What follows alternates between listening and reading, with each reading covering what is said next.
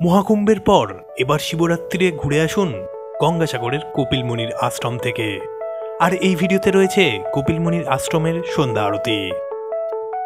আজ ভোর 5টার সময় বেরিয়েছিলাম গঙ্গাসাগরের উদ্দেশ্যে। এটা আমার দ্বিতীয়বার গঙ্গাসাগরে। তোমরাও আমার মতো যদি মহাকুম্ভে যেতে না পারো তাহলে দুধের স্বাদ ঘোলে মেটাতে পারো। তাই তো সামনে শিবরাত্রি আসছে, চলে আসতে পারো গঙ্গাসাগরের কপিলমুনির আশ্রমে। কলকাতা থেকে বা বলা ভালো শিয়ালদা থেকে মাত্র 3 থেকে 4 ঘন্টার রাস্তা। Welcome back to another blog. আমি শানু, তোমরা দেখছো দুরন্ত শানু। গঙ্গাসাগরের বিকেলটা কিন্তু বেশ ভালোই কাটছে। বর্তমান দিনে গঙ্গাসাগর সাধারণ মানুষের কাছে খুব একটা দুরূহ নয়, বলতে গেলে খুব সহজেই তোমরা চলে আসতে পারো গঙ্গাসাগরে।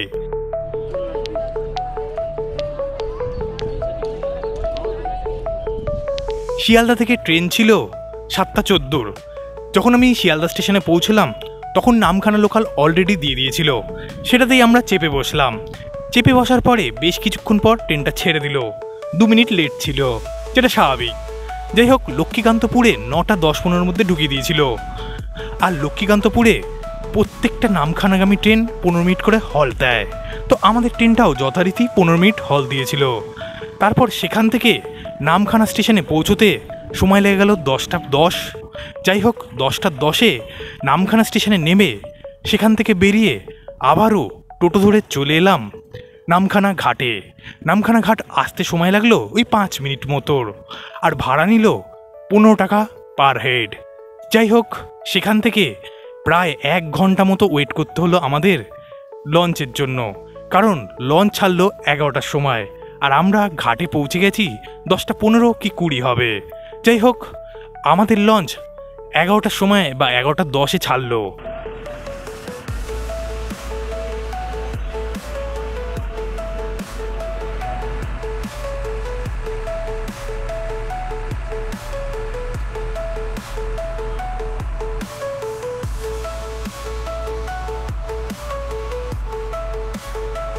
আর আজকে লঞ্চটা কিন্তু বেশ ধীর গতিতে বেনবন ঘাটের দিকে এলো।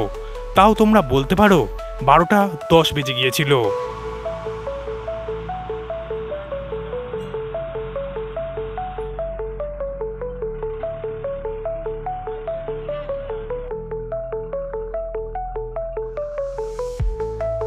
টোটো ধরে আমরা চলে এলাম গঙ্গাসাগরের ভারত সেবা আশ্রমে। তাও সময় লাগলো প্রায় 50 মিনিট বা 1 ঘন্টার মতো।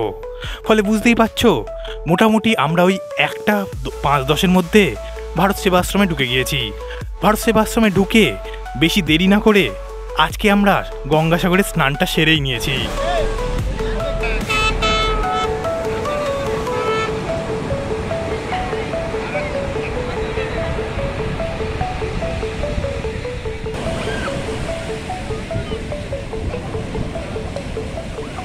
দেখো, এর আগে আমি একটা ভিডিও বানিয়েছিলাম, সেখানে আমি তোমাদের দেখিয়েছিলাম কিভাবে গঙ্গাসাগরে আসবে, কোথায় থাকবে, আর গঙ্গাসাগরের আশপাশে কি কি সাইট সিন বা কি কি মন্দির দেখার আছে ঘুরে দেখবে।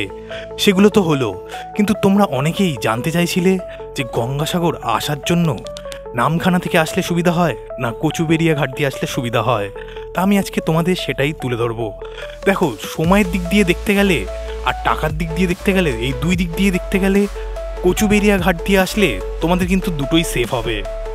যদি তোমরা কাকদ্বীপে নামো, কাকদ্বীপের প্লট 8 ঘাট থেকে ফেরি করে চলে আসতে পারো কচুবেড়িয়া ঘাটে।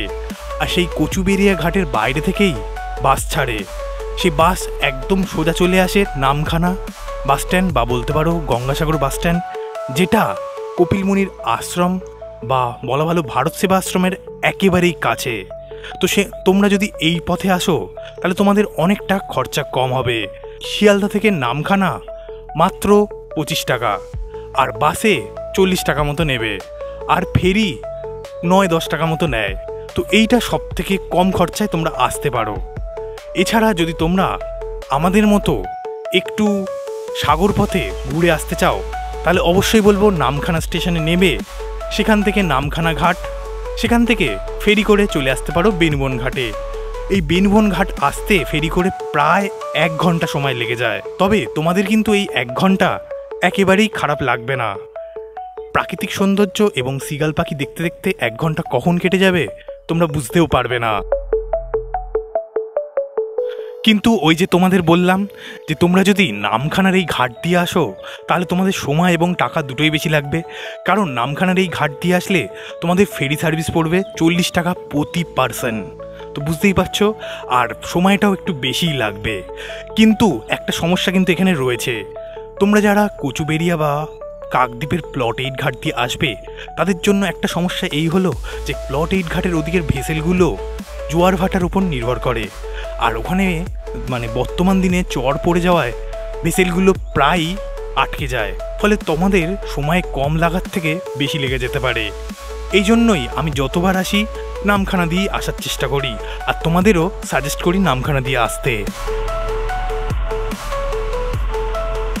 সত্যি কথা বলতে কালকে যখন বৃষ্টি পড়ছিল তখন আমি ভেবেছিলাম আজকে হয়তো আমাদের আসার প্ল্যানটা ক্যান্সেল হয়ে যাবে, কিন্তু আজকে সকাল থেকে দেখতেই পাচ্ছ ওয়েদারটা কিন্তু বেশ ভালো রয়েছে।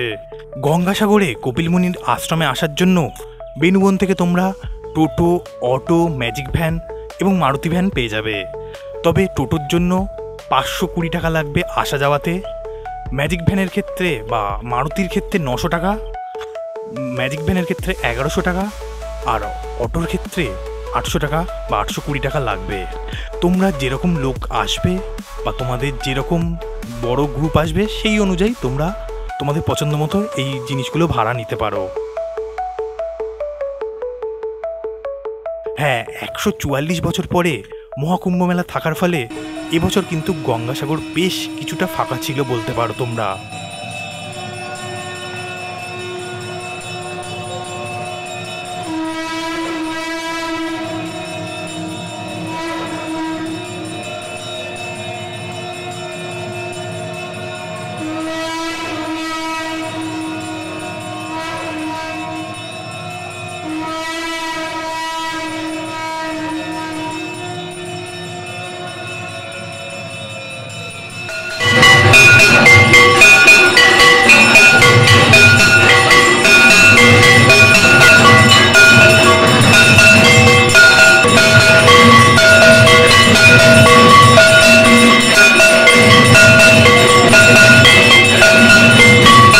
তোমাদের এই ভিডিওটা কেমন লাগলো অবশ্যই কমেন্ট করো, তার জন্য সঙ্গে থেকো। দেখা হবে নেক্সট ব্লগে, ততক্ষণের জন্য টাটা।